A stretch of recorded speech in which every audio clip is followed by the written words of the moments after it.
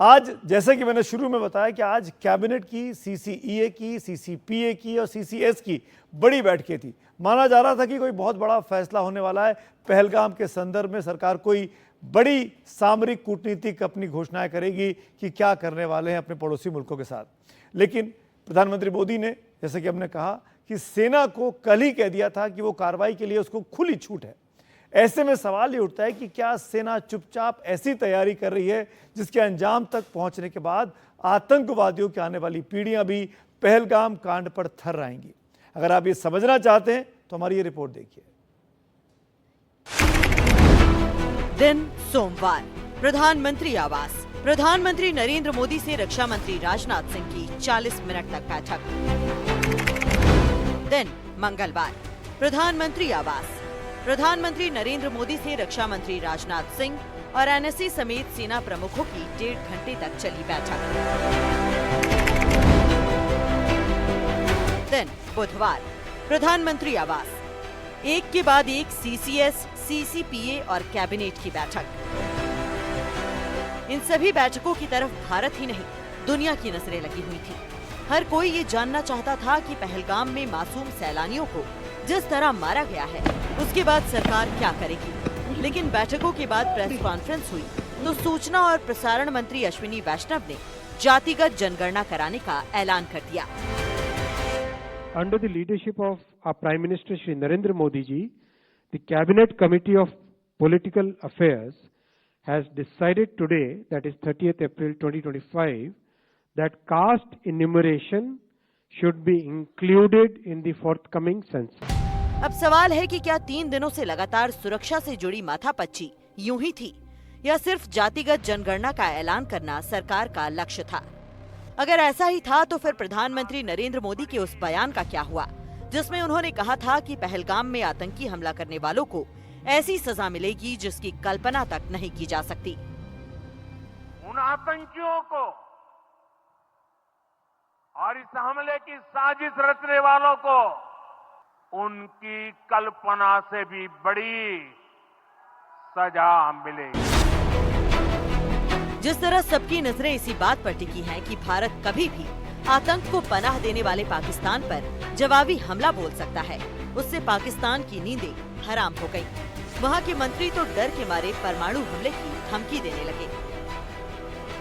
ये जो गोरी, शहीन, गजनवी, ये चौकों में सजाने के लिए नहीं हमने रखे हुए, ये हमने हिंदुस्तान के लिए रखे हैं। बाबा, ये जो 130 एटॉमिक हमारे पास वेपन है, वो हमने सिर्फ मॉडल बनाने के लिए नहीं रखे हुए। और आपको पता ही नहीं कि हमने पाकिस्तान के किस किस हिस्से में रखे हुए हैं।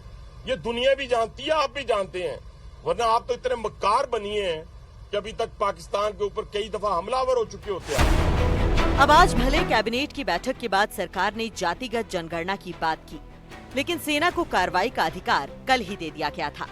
मंगलवार को ही प्रधानमंत्री नरेंद्र मोदी ने तय किया था कि सेना अपने हिसाब से कार्रवाई करेगी, समय और जगह वो तय करेगी। ऐसे में सरकार आतंक की कमर तोड़ने वाले प्लान का खुलासा मीडिया के सामने तो करेगी नहीं, लेकिन सेना को फ्री हैंड देने का मतलब ये हुआ कि सेना आतंक के किसी भी ठिकाने को नेस्तानाबूद कर सकती है। इसलिए ये माना जा रहा है कि हमारी सेना पाकिस्तान के आतंकी बेस कैंपों पर हमला बोल सकती है।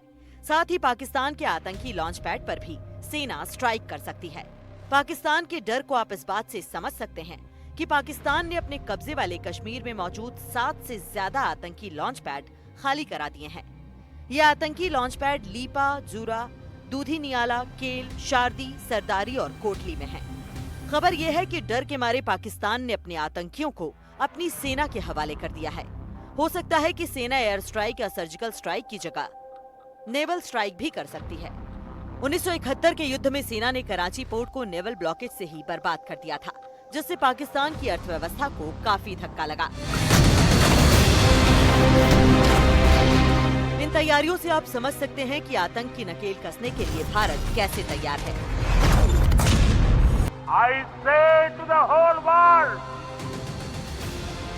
India will identify, track and punish every terrorist and their backers. pursue them to the ends of the earth. India's spirit will never be broken by terrorism. दूसरी तरफ पाकिस्तान भी जानता है कि एक्शन तो होगा। उस भावी एक्शन का खौफ वहाँ साफ साफ देखने को मिलता है। पाकिस्तानी सेना ने बाग, तोलीपीर और रावलकोट में तोपखाने और लंबी दूरी के रॉकेट तैनात किए हैं। ऐसी खबरें भी आई हैं कि पाकिस्तान ने कब्जे वाले कश्मीर में चीन में बने A-100 multi barrel rocket launcher भी तैनात किए हैं। वहीं पाकिस्तान ने अपने एयरफोर्स को अलर्ट मोड पर रखा है।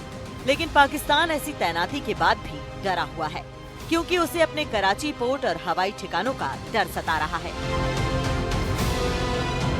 लेकिन कांपता कलेजा ज्यादा चीख कर अपनी ताकत का ढिढोरा पीटता है। पाकिस्तान इस बात का वाज़े इरादा करता है कि भारत की तरफ से किसी भी किस्म की फौजी मुहिम जोई का यकीनी और फैसला कुन जवाब दिया जाएगा। दिल्ली से अखिलेश शर्मा और राजीव रंजन के साथ NDTV इंडिया की रिपोर्ट।